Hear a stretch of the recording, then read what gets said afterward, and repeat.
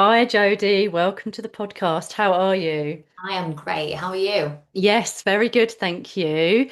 I know we were just having a brief chat there about children and business and all sorts of things, and I thought I would dive straight in asking you how things are going with, children finishing school. Because at the time of recording, we're about to hit the summer holidays. This is going to go out a little bit later, but yeah, how old are your children, and how's it going with the juggle and that kind of thing? So I have Ollie, who is 7. He'll be 8 this year. And then I've got Dexter, who is 15 Okay. and is 16 in April.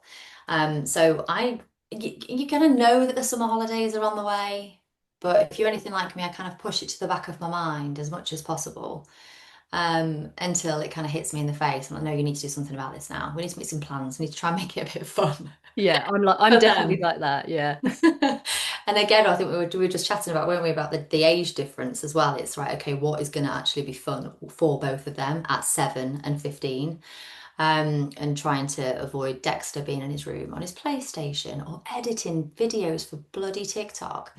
And then making sure that Ollie isn't just, I don't know, playing football relentlessly in the garden. That's all he wants to do. I mean, don't get me wrong, there's nothing wrong with that, but I want to get out and about and do a few bits. Yeah. But I didn't, it kind of came like a blooming freight train when I realized that I'm doing a launch for a business program at the moment, and I've got a 6-week launch period that literally started last week, and I Oh haven't no, worst thought this timing. through at all. So it's going to be fun, Laura. It's going to Yeah. be Yeah, juggling all the launch stuff. Yeah, trying to post things on your phone whilst, yeah, navigating like, Trying to be a present parent while running a yeah, business that's run off your phone is not easy. The amount of times that I have to say, look, guys, I'm working. I'm not just on social media, or, I mean, yeah, obviously, Ollie doesn't know the difference. He just sees that I'm on my phone. So as soon as he comes in the room, I do, to be fair, and my husband will back me up for this. I'm not just saying this for the purpose of the podcast. If he comes in, I practically launch my phone. I try and move my phone as far away from me as I can, because there is nothing worse. I've seen it before where Dale's just answering a coaching call, like a message from one of the other coaches, and Ollie will come up to him and the phone's in front and he's in the middle of like just replying something, and it kind of stays with you, doesn't it? yeah. And I'm not perfect, don't get me wrong, I'm not perfect, but I do try and just launch it as much as possible. Yeah, good for you because it's really hard to do that. I sometimes see it even with my husband. He'll be doing something on his phone, and to be fair, like he's not a huge phone. He doesn't really No. use social media that much, but he might be doing something that he's in the middle of doing, and that I really hate seeing one of my kids' little Yeah. faces trying to communicate with him when he's like Yeah. that. I'm like, oh, let's just. So I have to like be mindful. I'm like, can you put Yeah. your phone down? And yeah, so I know what that's like.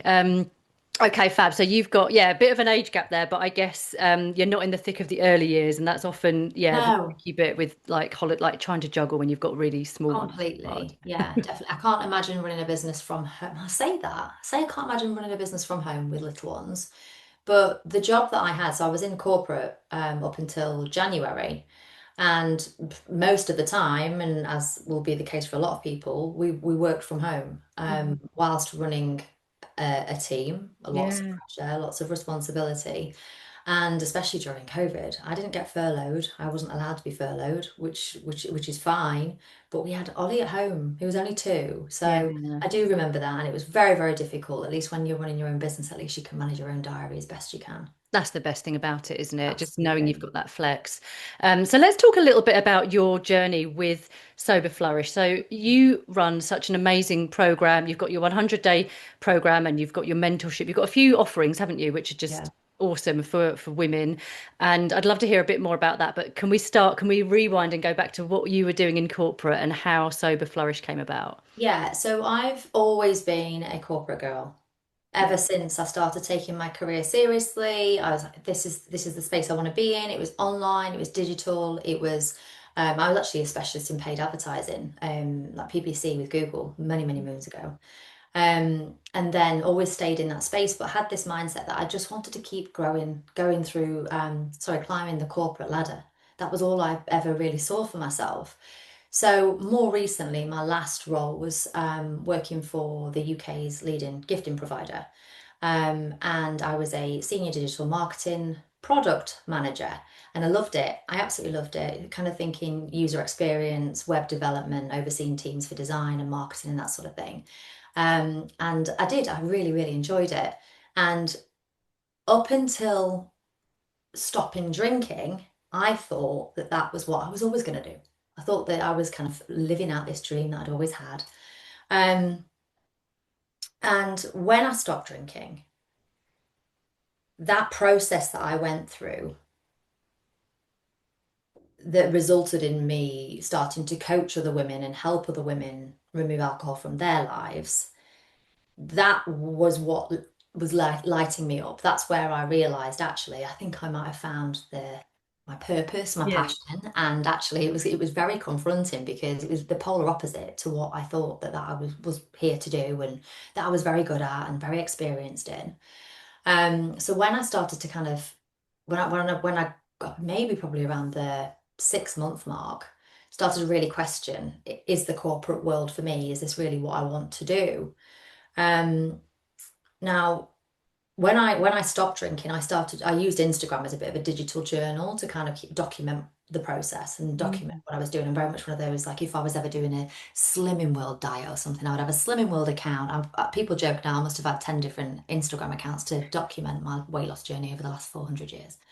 So I had an account and I called it Sober Flourish. Mm. And during that process, women would reach out and they would sort of say, "Oh my God, me too." So I would share something about waking up with anxiety at 3 a.m. and not missing that, and the joys of sobriety, things that I was finding, things that were shifting and changing about being a more present parent, a better partner, all this sort of stuff. And women were looking at it and they were reaching out to say, "I can see myself in your story. I thought it was just me." Mm. And then we would have a chat in the inbox. And by this point, I was not coaching. I didn't have any digital programs or anything like that. So for a good few months, it was voice notes, messaging, just sharing experiences between us. Mm.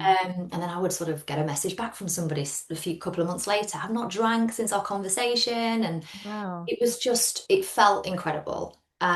So I can't remember how far along the journey I had this idea. But to get myself on the journey of becoming alcohol free, I set myself a 100 days challenge. Yeah.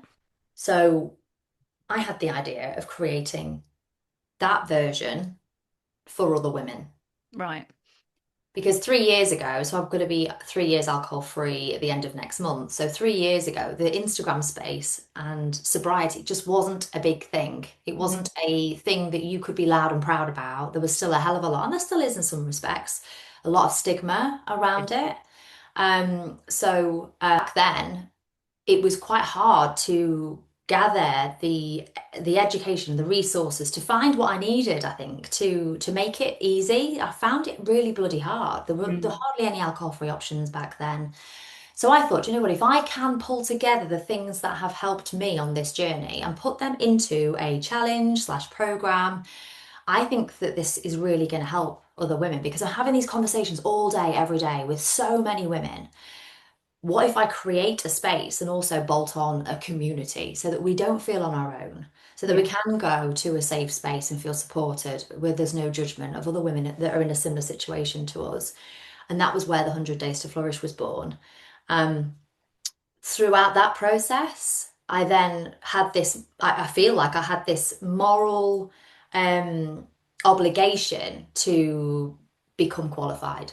Mm. Again, there was no intention again to be a coach at all. It was just so that I was in the best possible space that I could be if people needed to come to me for help.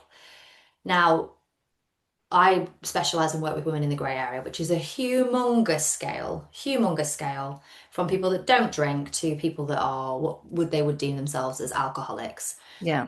So I would have people that would come into my inbox and I would have chats and there would be scary conversations. And in that, I'm not qualified. I was not qualified to have those chats, to even spot someone that needed to be referred, that Yeah. needed that deep help, needed to be referred to a doctor to go and make sure they got a supportive community rather than just chatting to a stranger on the internet. That's just not what I wanted to do, if that makes sense. It's Yeah. I bet that felt like a lot of responsibility as well. yeah. Yeah. Yeah, especially when, and it was always where children were involved. That was always Mm. the red flag for me, where there was usually a single mum and she's at home responsible for children. And what she's telling me is that she's drinking late at night and she's passing out and then she's waking up and she's mustering through the school run in the morning. Now, in that scenario there, that is a referral case. Now, Yeah. I was just a woman on the internet sharing my experience being alcohol free. So I wanted to make sure that I was qualified, and the qualification that I chose to do did a specialism in alcohol free coaching and how to spot that. What are the numbers? What are the websites? Who as a person can I refer them to? Who can I talk to? And to make sure that I'd got somebody to chat to in that scenario too. Mm. So I got qualified and then fell in love with the coaching process, completely head over heels in love with it, Mm. and started coaching one to one, which obviously then brought a whole new um, layer to my 100 Days to Flourish program as well. It enabled me to do group coaching as opposed to just having a bit of a chat every week, a bit of an accountability call and getting guest expert speakers in. Um, and then I was doing all of this while still working full time.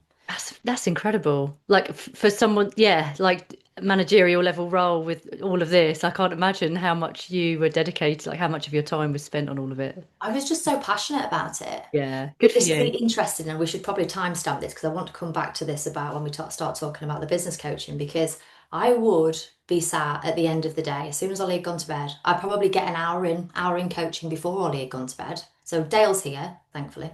Um, I would get an hour coaching in before Ollie would go to bed, and then I would be coaching when Ollie had gone to bed, working all day, sometimes trying to squeeze it in a weekend. Yeah. Sometimes I'd have members that would join the 100 Days to Flourish program and they were in Australia, so I'd then do a weekly call on a Sunday.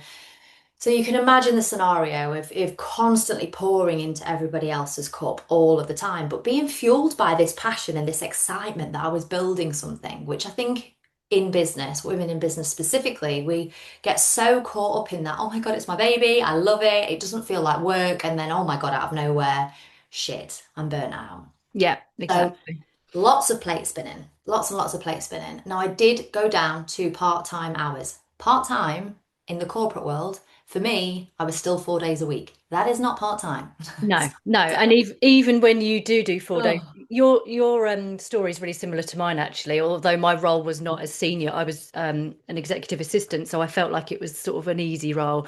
But I did similar stuff to you. I was doing the coaching, the mm, program that where I was learning was in Australia, and it was all evenings, and it was all, and then I hit burnout. The coaching process, I agree with you, is so much fun because mm. it is like you get that reward that you're helping people and supporting them, but also did you find when you started learning doing your coaching qualification that you were kind of almost over analyzing like your husband and stuff like that? Because I Oh, I was yeah. noticing his language from my partner, and I was like, but what makes you think that that's true? And really questioning everything, and I think he just found me really annoying because I was like, Oh, oh, yeah. these new The rule, isn't there? It's like 101, don't coach friends or family. However, I will say that I remember quite significantly a year or so ago, Dale was in a bit of I don't know, a bit of a slump. You know, when you're kind of going through the motions, he'd changed his job, he'd come out the Air Force, he was starting a new role, etc., just like all of us get to at some point. But I knew that he'd parked his fitness. So in the forces, the physical ed, they call it phys ed, Mm, would be a huge part of their day to day, and they could go out at any part of the day and go and train. Well, when he moved into industry side, that's not the same because it's corporate. It's not the same. They don't just allow you to have an extra hour a day to go and train on top of your lunch and whatever else because it's not a big part of you maintaining your fitness. So you don't need to, does it? Do you for your corporate role? yeah. So I remember coaching him, literally coaching him. We sat down. And I said, "Look, just entertain me. Let me just go through the motions with you." And we did for a good hour. I coached him Mm, into prioritizing his fitness again, choosing something that he wanted to do, making sure that it was accessible, etc., and threw himself into CrossFit. Honestly, the transformation that I saw in there, so that is an exception to the rule. Other yeah. than that, I would never dare coach anybody else because yes, I would have just very, very annoying. Yeah, I was definitely that annoying person, and something similar happened to me with my husband had a big career change in the Yeah. pandemic, and I coached him through that, and it feels amazing. But yes, I Yes. agree, it is hard with, yeah, when you hear like the language that people are using around you, and you really want to question and support them, but actually you just have to kind of switch off from it sometimes, and yeah, Yeah. The amount of times you want to scream, that's a limiting belief. That's a limiting belief. yeah, You're holding exactly. yourself back. The answers are within you. Yeah, No, I can relate to that definitely. yeah. So yeah, so I dropped down to part-time in inverted commas, and yeah, continued to build the business. Got to about October last year and I was frazzled, Yeah. frazzled, pouring in. And I'm not someone that does things by halves either. I mean, a lot of us aren't, are we? Especially when we kind of got that sort of business mindset. A bit of a perfectionist, something that I'm working on. And I made the choice to hand my notice in my Mm. corporate role. And I said to my partner, I said, look, we made the decision that once the business was generating enough money to cover what I'm earning from my corporate role, once it's doing that, we're comfy. And a lot of people make the jump a lot sooner, and I'm all for it too. Mm. But we just renovated the house, almost Mm. doubled the size of the house. So you can imagine the mortgage was a lot bigger. So we needed to make sure we got a real good safety net. Yeah. So when I had that conversation, I said, look, do you know what? I've got that lost in the process of all of this that I'd actually forgotten that that was the goal to actually be out of corporate by December. I didn't want to do another peak trading. So again, it was leading gifting provider. So it was very much Christmas, Mother's Day, and Valentine's Day were the killers, absolute killers. So I said, I don't want to do another Christmas. Yeah. So when this happened, I sort of said, look, let's look at how the business is doing.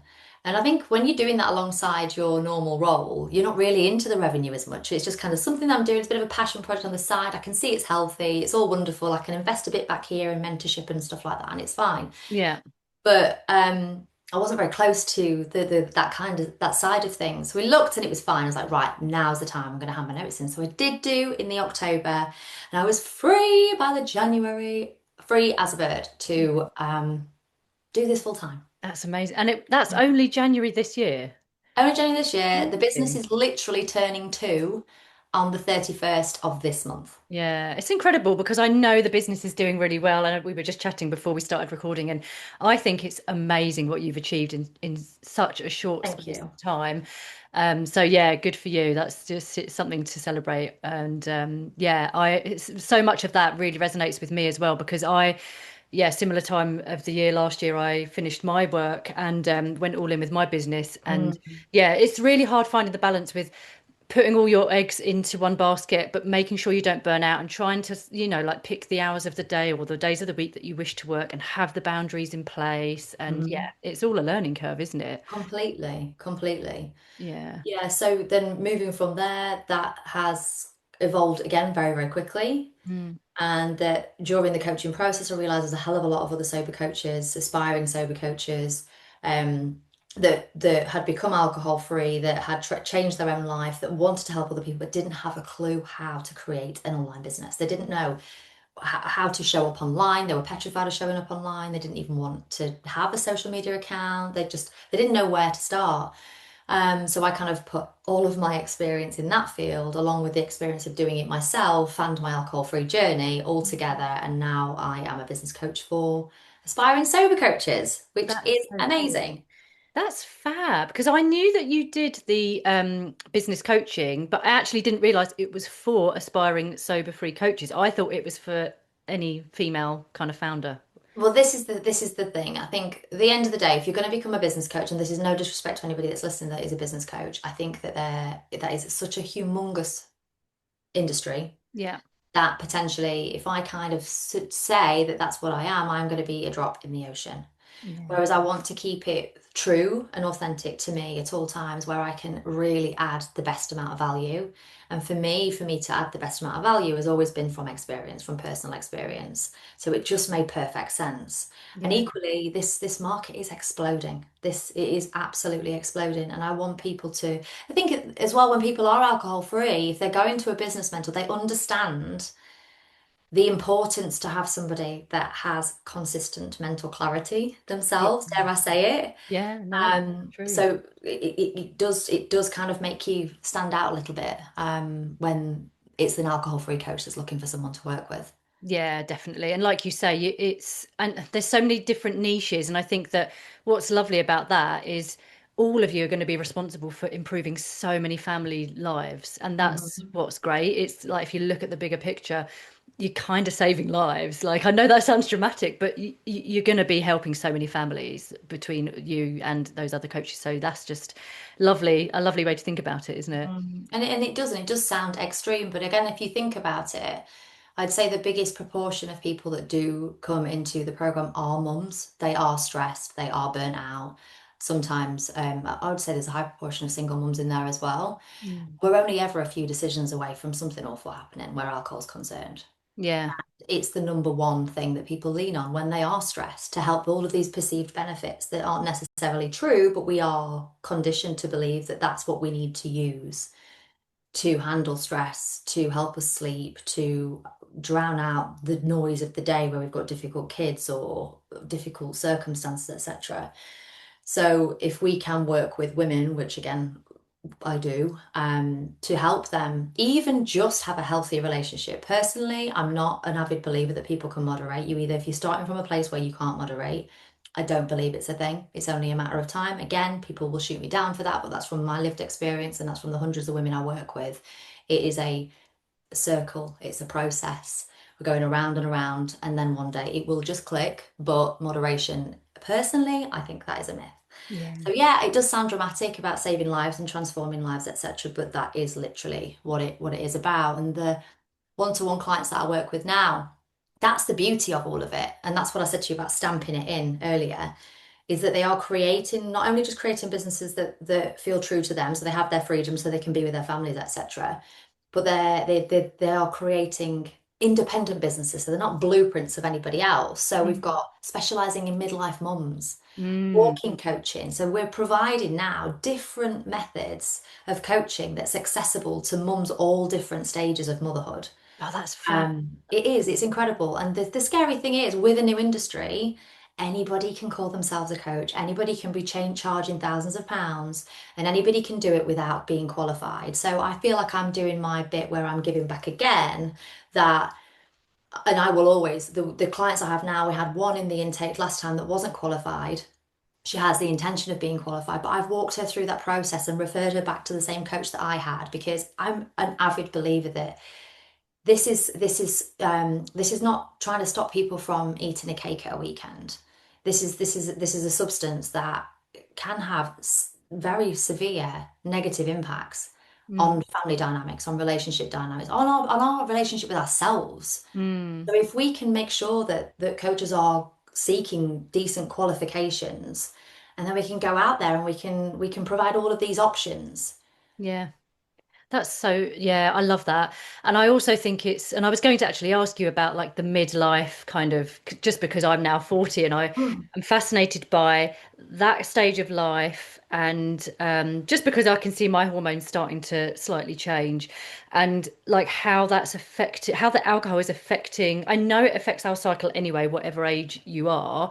You don't have to be midlife to know that you're going to have a worse hangover when you're on your period, because I definitely remember my period, like being hungover, being on my period and just feeling 10 times worse than when I wasn't on my period. So I know that there's like science behind that. I Mm. can't quote what that is. Um, but yeah, sort of going into this phase of life where hormones are shifting, do you kind of notice that a lot of those women are struggling more, or that it's Oh like, God, yeah, yeah, absolutely. And I find that one woman jumps to mind because she shares it quite openly in the group. She's been in there for quite a long time, actually. Was that she was struggling so bad with her menopausal symptoms, and then when she stopped drinking, there's two elements to it. So there are women that have all the menopausal symptoms or the perimenopausal symptoms, and they stop drinking and they are eradicated. So the anxiety that comes with it, the restlessness, the sleeplessness, etc., and it completely goes. So that it was linked to the alcohol. It wasn't actually it wasn't perimenopause. That's just where they thought, because it's always the last thing we address. We think it's something else, and we're almost absolutely certain we're not going to look at alcohol as the mm, reason behind it. So anyway, they remove the alcohol, and then those symptoms go. More often than not, though, what happens is you remove the alcohol and the symptoms remain. But now you know, because it's not alcohol that is causing that, you can then go on to go and get the medication that you need. Does that make sense? yeah, But I'd say 99, that's not true. I'd probably say 75% of the women that come through the doors are in perimenopause because yeah, it's just they just are, they can't function. yeah, Even after a couple of glasses of wine now, the amount that they can tolerate is so much smaller. yeah. That's what I'm Um, finding. I'm but it, finding. it does vary. It does vary. Like I Yeah. said to you, it's a grey area. The scale is gigantic. Yeah, and I am not a big drinker, right? So I'm going to be really open. I don't drink that much. I could easily be, my husband says to our friends, "Oh, Laura's pretty much teetotal," because since having kids, I have found where I've wanted to be the best parent I can possibly be, and knowing that I'm quite a highly sensitive person, when I'm hungover, I am just no good to anyone. I Mm. can't function. I'll want to spend the day in bed. I don't want to talk to, I'm not social, and I just can't cope. And that's even after a couple of drinks. But I feel like that, yeah, these days when I do have like one drink on a Friday, or, and it really isn't every week either, but if I do have one or two, I really do feel like crap the next day. And Yeah, I'll say to my kids, look, I'm just going to go and have a rest and have a little nap. And yeah, I don't want to spend my Saturdays feeling like I need to have a nap when I can be doing other stuff and hanging out yeah. with the kids. So yeah, it's and I know it's different for everyone, but I think as a, I guess maybe you cover this in your program, but like knowing that different people's traits and like sensory preferences and that kind of thing. Because as a sensitive person, I do feel like I'm probably the only one in my friendship group that really, I don't know, like I seem to struggle more with it. It's weird. And I think it's because, yeah, I don't know. I feel like I've got to go and have that rest. Otherwise, I'm, yeah, I'm just going to be I'll be very irritable, basically. So Mm. I think yeah. it depends. It's so it changes so much from person to person Mm, because you might differ from your friends because you value being fully present. yeah, If true. you imagine you're in a group of, say, 6 people and you're the only one that actually only has a drink once every other week, you're not used to that either. So the Yeah. majority of the time, you're used to being able to fully function and have that consistent mental clarity to stick to the things that you said you're going to do, keep the trust and the promises to yourself because you don't drink a lot.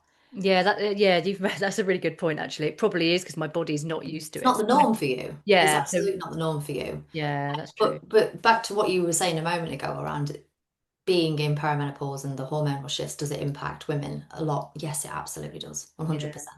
We yeah. have a couple of doctors that come in every quarter from the Lifestyle Health Clinic. They're both two practicing GPs, and they come in and they'll pick a different topic, and they will often cover the hormonal impacts and the links to estrogen levels, the hangovers, and the links to estrogen levels. It's fascinating. Yeah, that is something I wish I could. I have read about it and I would love to hear what they have to say because that's what interests me. Because, Mm. when you go out drinking with mates or, have a mum's weekend away or whatever, you just, no one really knows. Or it's not something that comes up, is it? But it's something that I have now, in the last year or so, I'd say, have started saying to my friends, look, can we do a weekend where it's like a wellness kind of weekend where we Yeah, go to a spa and yeah, do this? Because we don't see each other very often. We all live in different parts of the country. And so when we do, we're uni mates, and uni was all about drinking, eating shit, and just yeah, having fun. But I'm so over that period of my life. And I think when you are with those people, you're subconsciously wanting to do the same things that you used to do when really it's you harder to can't. keep up with that. Yeah. Yeah, completely.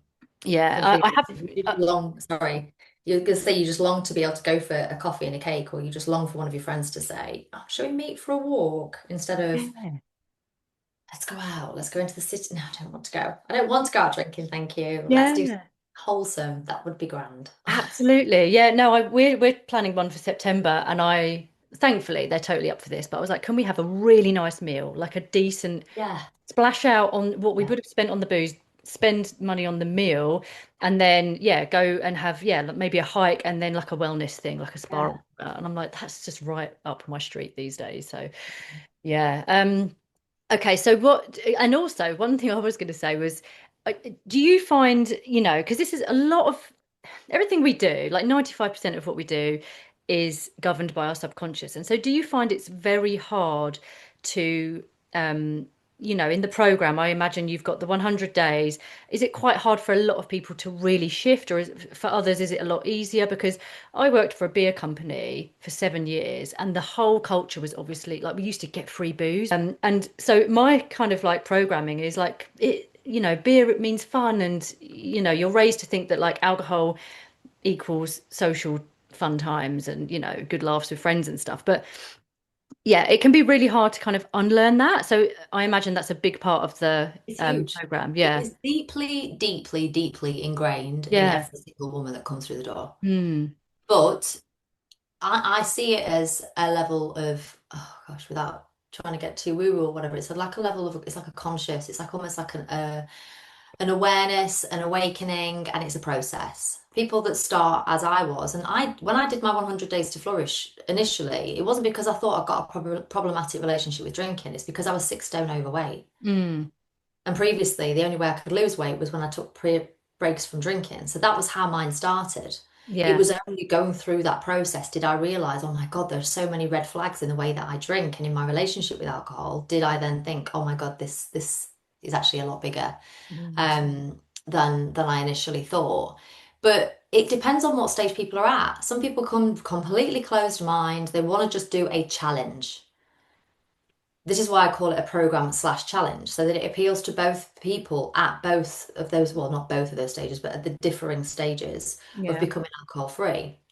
Because, and I don't think it's an age thing. There's some people that come into the program that are like 32 potentially, but they've been trying to do this because, well, they've been trying to stop drinking for years. So they're further along the process than somebody that might come in at, say, late 50s that is sick of waking up or had an almighty blowout with a sister at a wedding or something like that that thinks, oh my God, this has got bad, this is too bad, I'm going to take a break.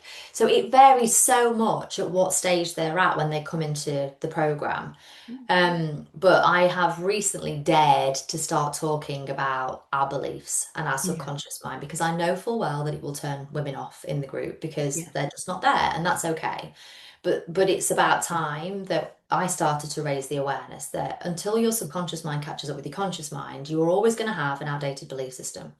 And Yeah. whilst that outdated belief system believes that you need it to sleep, need it to socialize, to give you confidence, to have fun, when you're lonely, that helps with stress. All of this bullshit that we're fed, especially by the media, especially heavily marketed to by the media as women in midlife Yeah. specifically, um, until we can unpick that and rewire that thought process, you're always going to go back.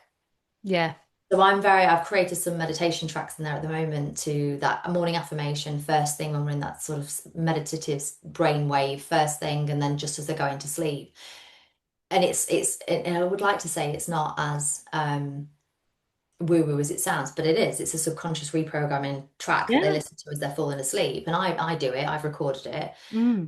But it's just, I'm trying to get in there and trying to raise their awareness that this is more deep rooted than you think. It's not a flipping willpower issue. Mm. It's a belief issue, and it's values and beliefs that we have inherited from everybody else throughout the course of our lives when it comes to alcohol, that it is needed. It's needed, and it has such a big priority, a big place. It's on a pedestal to us. Um, so yeah, Yes. I on a love. waffle there, but there we are. No, no, that's fab. And I saw your website and I noticed that you've got like the free meditation, and I think that's such a great idea. Obviously, Mm, as someone who works with the subconscious mind, I think that's yeah, the best idea because, like you said, it's you're kind of speaking to the when their brain waves are at that slower yeah. frequency, they're going to be taking it all into their subconscious. I love that you've done that. Mm. Um, And I okay, do love as well, Laura, as soon as I start to explain that as well, yeah, when I go into the rationale behind it, they're all open eyes. Like you kind of think that you can't teach, I don't want to say an old dog new tricks because none of them would be grateful for me calling them old dogs at all. But do you know what I mean? Where they're kind of that awareness. And the same with me when I learned this stuff, it wasn't years ago. To me, yeah, how have we gone this long without realizing this? How do we not yeah. know this until somebody tells us? Yeah, yeah, totally. And it is frustrating that just talking about like that kind of the beliefs thing and like having those ingrained beliefs, so they're so embedded. It is frustrating that it's deemed as woo-woo when you want to work with the subconscious mind because it's not. Yeah, And no. you like the top 1%, all the CEOs, sports stars, people who are at the top of their game, they hire hypnotherapists for a reason. And it's quite Mhm. frustrating that people still view it as woo-woo because it is actually something it can sort of create change quite quickly. Yeah, So I think it's absolutely. anyone that kind of, yeah, implements that into their work, I think you're going to probably notice people shifting quite quickly. So that's fab.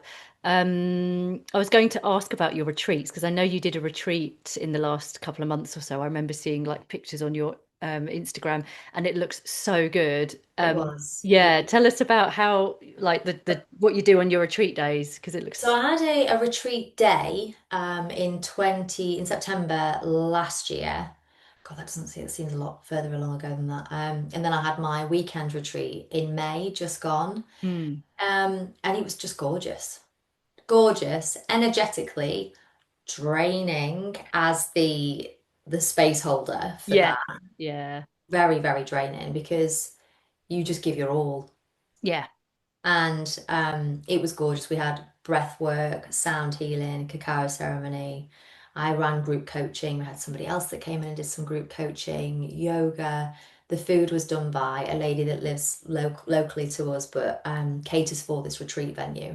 Mm, We're all in geodomes in the farmland in the mm. Lincolnshire countryside. Yeah, And the domes food, look so nice. it Yeah, was amazing. The food was all homegrown, plant-based. Now, I'm not plant-based, but if somebody could feed me plant-based all day, that's probably what I would opt for. yeah, So yeah, it was just gorgeous. I yeah. can't think of another way to really explain it. And the shifts that the women felt, I don't think they were expecting to ha feel such deep movement coming out of that. I think they thought they were just going to come for like a relaxing weekend and kind of go with the flow, but there was a lot of internal work, a lot of sort of identity shifting work. Mm, Um, we were walking. It was just beautiful, really, really gorgeous. yeah. No, And I'd love to say that I'm chomping at the bit to organise another one. I obviously will do another one because I can't help myself, but the yeah. thought, goodness me, they were a bit full on to plan, but Yes, yeah, facilitating something like that is mm, really tiring. I've not done it, but I would like to at some stage for my clients. But yeah, it's very draining, isn't it, doing something like that? But yeah, the pictures of the food, the alcohol-free drinks and everything looked so good. I was like, I it wish I was was fab. there. It was fab. Yeah, the goodie bags were great because people wanted to contribute towards them as well, which is wonderful. Yeah. But the only thing I would recommend is make sure that you've got a couple of days to yourself, literally diary empty as much as you can when you get back. Yes. I've Yeah. never felt anything like that. Energetically, it was something I've never experienced before. Yeah. Yes. Just I needed silence. I can imagine. Right. Yeah, I know I would probably need a good like 4 days to recover from Yeah. something like that in a good way. You mentioned that you went into your sober journey because you wanted to lose weight, and I've Mm. seen the before and afters on your Instagram. It's so incredible what you've done and how you've shifted things in your life, and clearly the health benefits are just awesome. But what else can you talk about from your personal experience? Like, has it literally been life-changing in every sense of the word? Because it seems like it has been. Mm. Yeah. Yeah. Yeah. It genuinely has. Yeah. Mm. There's not an element of my life that has not got better. Now, my start point, I wasn't waking up in the morning and pouring vodka on my cornflakes. I wasn't sneaking alcohol whilst I was ironing my clothes. That wasn't as extreme as it had got. Mm. I was a typical weekend drinker. Yeah. But when I wasn't drinking, I would be so excited about that night that I'd given myself permission that aligned with the rules that I'd set around drinking that I could have a drink. I would wake up on a Friday because that was an okay day. A Thursday was a little bit touch and go, like you're not sticking to the weekend. But a Friday, genuine excitement and butterflies in the pit of my stomach because I could have a drink at night. Mm. And Yeah. that wasn't excitement because, oh, I can numb out and I can do whatever. It was so intrinsically linked with reward for me. Yeah. This is my night. This is my night. Like now, for example, I would be this excited if Dale and I were going away for the weekend. Yeah. Obviously with the children, obviously, our darling angels. I would get that sort of sense of excitement for that. But for me, it was wine. God, I could not wait for it. I could not wait for it. Mm. But that I would say on a bad week, I would drink Thursday, Friday, Saturday, Sunday. And now I'm not talking anymore. And again, there'll be people that listen, Jesus Christ, that's loads. But I would never drink any more than a bottle on the Friday, the Saturday, on the Thursday, Friday, Saturday, and Sunday. Mm. I would promise myself every single Friday going into the weekend that I'll drink just tonight. Um, but I can't wake up on Monday morning with a hangover. I can guarantee you every single Monday morning going into weekly trade reporting that I would have a hangover of death because although I'd sit there and have a bottle of wine a night, we'd have had a few pints in the pub or a few cans whilst we're doing the gardening or something like that. Or if we'd been at families, we'd have had a couple of beers or a couple of glasses or something like that. Yeah. So it was never just that, always waking up on a Monday morning. But anyway, what I'm getting at there is that I wasn't a full-blown daily heavy drinker. Yeah. for this transformation to have worked or to have happened. That was my start point. Mm, Mainly weekend drinking. But in removing that, I was allowing myself that period of time to detox mentally and physically, but having that mental clarity because I'd always had health and fitness goals. mm. And all week I'd be an angel and I'd work with PTs, and at the weekend I would literally just drink and eat crisps. I used to get excited when Dale would bugger off to bed so I could sit like Pac-Man, wading myself through these crisps. I can always Yeah. remember the screech in the morning. Who was eating all my pack up for the week? And it was me, like bloody Augustus Gloop, sat there troughing through all these bloody crisps.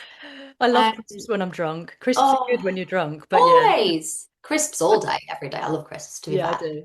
But yeah, it did. There was not a single area of my life that did not get better. I am, without a doubt, a much more present and patient mum, Mm, or patient being the emphasis, yeah. because Ollie is, what do they say? Spirited, Spirited child. spirited child.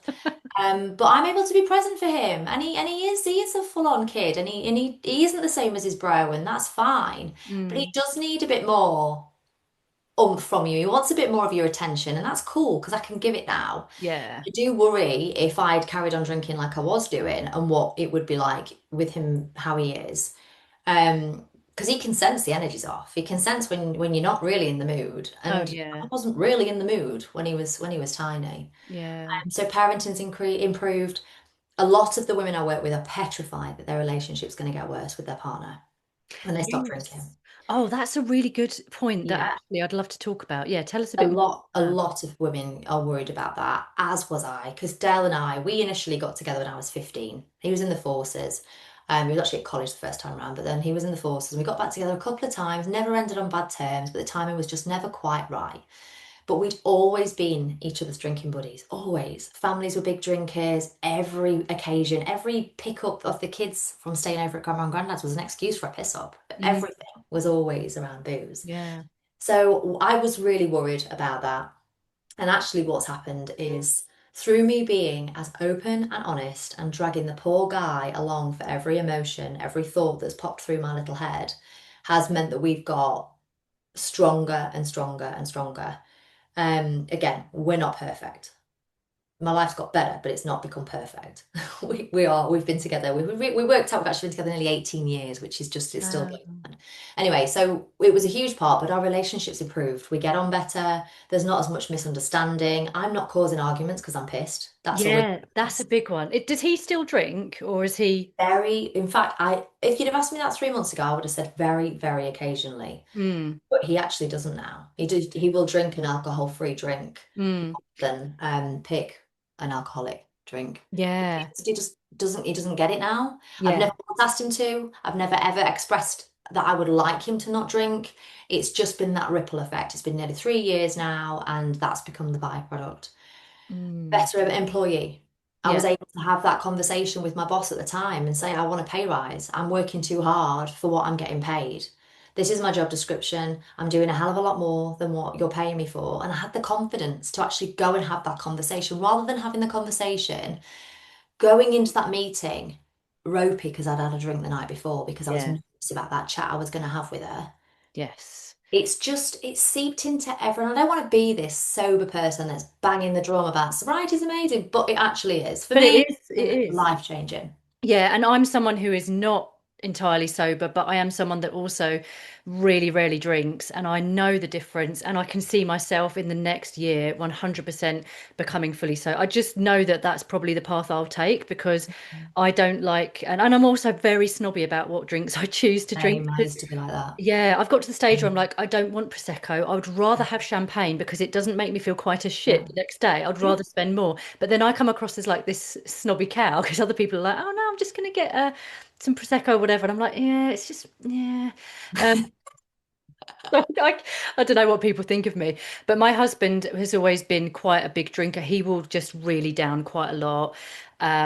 He'll put a lot away, and then it worries me sometimes. Like maybe once or twice a year, he'll have a big blowout, and he did it a Mm. couple of weeks ago, and it fills me with anxiety because I'm like, what are you doing? Are you going to Yeah. fall down the stairs? At what time are you going to be home? And my mum had quite a bad relationship with alcohol, where she didn't drink for 20 years, and then when my parents got divorced, she binge drank, but in a Mm. really, really unhealthy way. And we found her like on the floor in the toilet once, and oh, so many really horrible things happened in quite a short period of time because divorce. She was Yeah. basically having a bit of a, nervous breakdown, I think, looking back. But that's why it fills me with anxiety when people around my loved ones are going through like bingy kind of behaviors because I'm like, Yeah. I don't feel safe in my nervous system when you're like that. On that theme of being able to witness other people that are drinking, something that's coming through a lot at the moment with the women in the program is that they've got children of an age that they're starting to drink. So they've removed alcohol from their lives, but now they've got the kids that are just starting to drink and how they're navigating that. Mm, That is something that's, again, it just depends because what wave of women kind of come through the program and what stages they're at and what stage they're, but yeah, it's watching and witnessing and not judging and supporting, etc. But you do, when you don't drink, it's you're aware, you can see it. yeah. You can see what other people can't see. Yeah, Um, definitely. but yeah, just as something else that came up for me there when I was talking about thinking about the children being of a certain age. Something else that comes through a lot for the women that have children is that shame, Mm, an overwhelming sense of, I can't believe I didn't do this sooner. Because of, and to take it away just from my transformation, they notice such a shift and such a movement in their how they're showing up in their life that they have this wave of shit. yeah, I have spent years of being a mother in a way that I didn't think was too extreme or embarrassing or anything like that. But the comparison to who I am today versus where I was before, they have an overwhelming sense of guilt and yeah, frustration with themselves. So a lot of the work that we have to do is around that self-compassion and forgiveness that we literally were just doing the best with the tools that we had at the time. yeah, And although you might think, oh my God, I've spent the first 20 years of their lives like that, and they have seen me drunk and there have been occasions, etc., at least you're doing it now. At least yeah. you're making that change now. Yes, and that is the best way to look at it, isn't it? It's like imagine if you didn't do any of this and you were 60 and then you had the realization, Oh my it's God, yeah. at And there least are you're ladies in doing it. there that feel that way. They've got grown kids, and their grown kids are absolutely elated that they don't drink anymore. But Yeah. they have their entire childhood. Those kids have left home now. So they Mm, have that additional layer on top is how do I now, in the minimum time that we actually spend together, because they're off doing this, that, and the other, how do I repair that? And it's a lot. And this is why mm, the work I do is so important, because if I can get in there with them at the earlier stages to prevent that and raise that awareness that this doesn't have to be the path just because everybody tells you that it's what we should be doing and it's mm. what we're made to feel like we should be doing and that we feel stupid, made to feel stupid if we decide we don't want to do it. There is a different path and I can help you, I promise. Yeah. Oh, I can imagine it just feels like real kind of therapeutic deep work sometimes. So well Hard though, done you. Laura. Yeah. It really is. Oh, Especially because there's yeah. so many. I mean, there's over 100 women in there at any given time because of the 3 months kind of cycle. It's the adapting to the different stages and just making sure that everybody has what they need. But equally, it's also a very accessible price point. So it's not as if it's thousands of pounds and there's a certain type of lady that goes in there that can afford that and their life circumstances are all the same. It's very accessible to anybody that needs Yeah. it. It is actually. It's really. Can you just tell us a bit more about that? Because I've seen the price and I know a little bit about the program. So just explain. I know we've gone over time a little bit. That's Just okay, I'm fine yeah, with that. explain a little bit about the 100 Days to Flourish program and Okay, so this month it's been my birthday and it's also Sober Flourish's birthday. There is a discount, which is the biggest discount I've ever put on it. So it's now £150 for the 100 days. The normal price is £195, which is less than £2 for the entire time. So is it less than £2? I'm making that up now. But anyway, it's not a lot. It's very cheap. good I value. think it's rough cost of about a bottle of wine a week, something like that. Anyway, Yeah. so included in that program, that's full access for 100 days. You have access to all of the previous guests that we've had in there, a recording from you. Yes. Anybody ever Hypnosis need? from me. Yeah. Yeah. There's all sorts, absolutely covering a whole manner of different topics around emotional eating, which is a big problem for ladies when they stop drinking.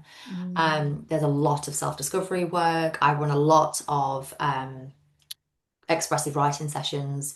Mm, identity work, that sort of thing, future lovely. self coaching, everything that I watched or listened to help me become alcohol free, the kind of things that altered my brain chemistry. So the health implications that really like lit a spark in me.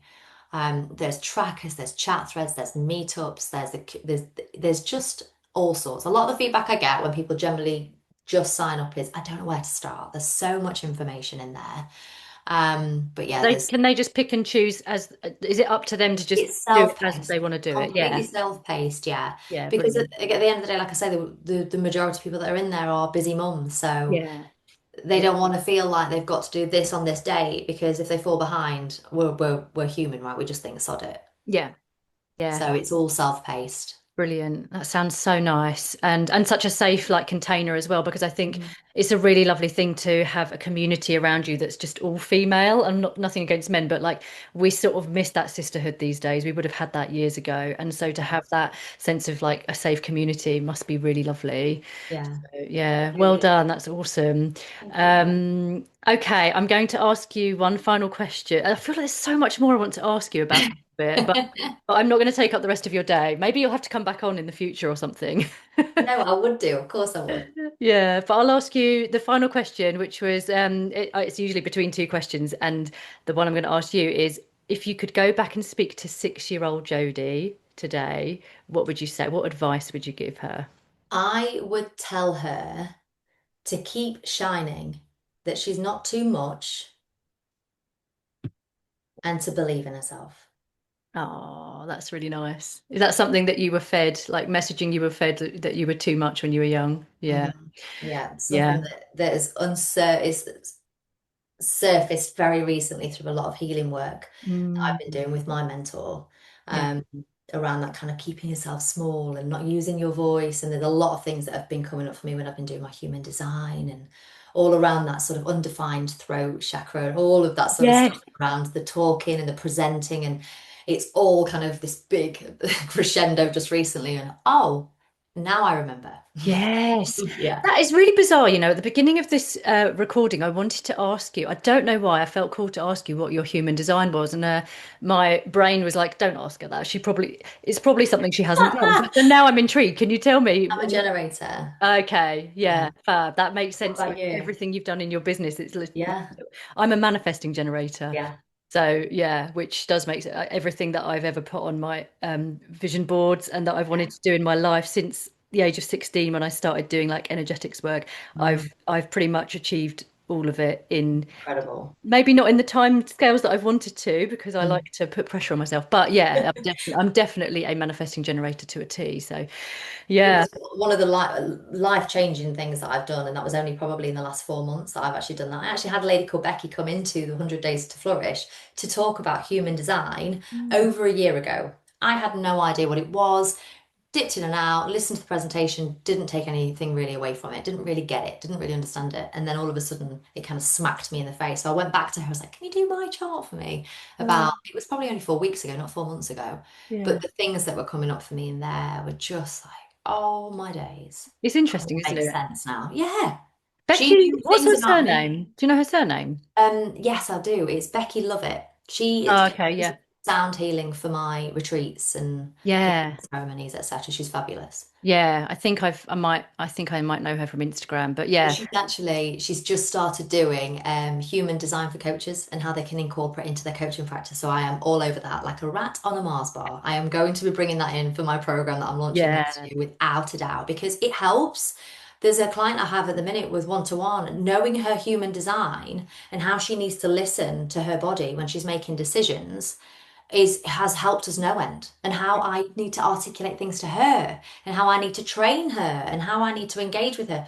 It's helped me unbelievably. And also in decisions in my own business, knowing that I get a visceral reaction all over tingles when I'm on the right path. That for me, Yes. yep, that's it. It helps me make decisions. Yeah, I get that feeling as well. And yeah, so this is why I love anything to do with like finding out what your there's another one where it's like initial like letters INFJ for it's like Myers-Briggs, I think. I always forget. There's so many different types of these diagnostic tools, but the human design one is one that totally yeah resonates with me and I just find it There's fascinating. another one I'm doing soon, with my soul contract. Oh yeah, I've heard of this as That well. fascinates me also. Yeah. Is Yeah. that more like astrology or is that I don't know the basis behind it, but I know that it can kind of let you know kind of at what stage through incarceration, like reincarnation you are. yeah. Oh, I That's love all this. Yeah, like very with all deep, this. very, very Yeah. deep. Yeah. No, I love all the woo-woo stuff. So yeah, I'm into it. Yeah. Oh, Jodie, I could honestly chat to you all day, but I'll let you go. So thank you so much for coming on. Thank you for sharing about your journey and all the work you do with your fabulous women. And yeah, if people want to find out where to find you, where can they, yeah, what should they look up? No, for the sobriety element of my business, it's at Sober Flourish on Instagram, or soberflourish.com is the website. Or for the business side of things, it is by Jodi Clark. So at by Jodi Clark on Instagram, or there is a website called jodiclark.co.uk. Cool. All right. Awesome. Thank you so much, Jodie. I'll let you go, but yeah, have a good rest of your day and a good summer as well. Thanks for having me. Take care. Bye.